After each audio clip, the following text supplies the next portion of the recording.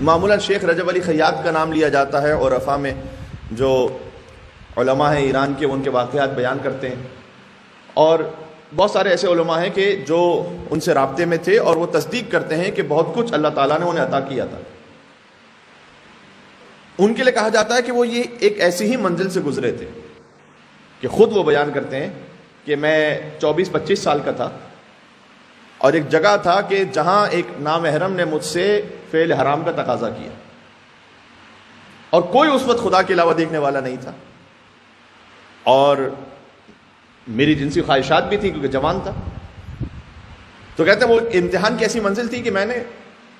اس وقت اللہ سبحانہ و تعالیٰ سے یہ کہا کہ اے پروردگار، ساری زندگی تو نے میرا امتحان لیا ہے، اب مجھے اجازت دے کہ میں تیرا امتحان لوں۔ میں یہاں سے حرام چھوڑ کر چلا جاتا ہوں، اب تو میرا ہاتھ تھام۔ میں یہاں سے اس گھر سے فرار کر رہا ہوں تیرے دامن میں گرنے کے لیے۔ کہتے میں وہاں سے حرام چھوڑ کے چلا گیا۔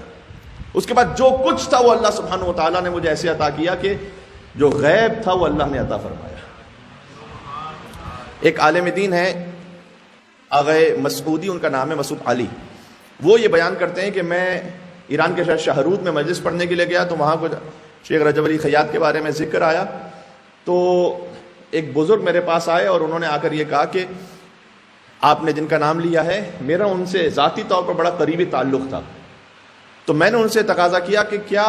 آپ نے سنی سنائی نہیں، دوسروں سے سنی ہوئی کوئی باتیں آپ نے خود مشاہدہ کیا ہے کچھ ان کی ذات میں؟ تو انہوں نے کہا بہت کچھ میں نے مشاہدہ کیا ہے۔ کہا مجھے کچھ بیان کرو۔ اس میں سے ایک بات انہوں نے یہ بیان کی، کہتے ہیں میرا ان کے ساتھ اٹھنا بیٹھنا تھا تو ہم قبرستان بابوئے جو شاہ عبدالعظیم علیہ السلام کے حرم کے ساتھ قبرستان ہے، شہر رے، تہران سے ملا ہوا جو شہر ہے وہاں پر، کہتے ہیں وہاں پر ہم شیخ رجب علی خیاط کے ساتھ اور دوسرے مومنین بھی تھے، فاتحہ خوانی کے لیے گئے تھے۔ تو یہ بیان کرتے ہیں کہ میری والدہ بھی اسی قبرستان میں مدفون ہے، لیکن چونکہ ایک اجتماع میں ہم تھے تو میں نے یہ سوچا کہ میں جہاں مومنین جا رہے ہیں اور جہاں پر ہمارا مجلس کا پروگرام ہے اور فاتحہ خوانی کا، وہیں رہتا ہوں، الگ سے کوئی تنہا ساتھ مطلب نہیں جاتا اس گروپ کو توڑ کر، تو میں انہی کے ساتھ رہا۔ اور فاتحہ کے بعد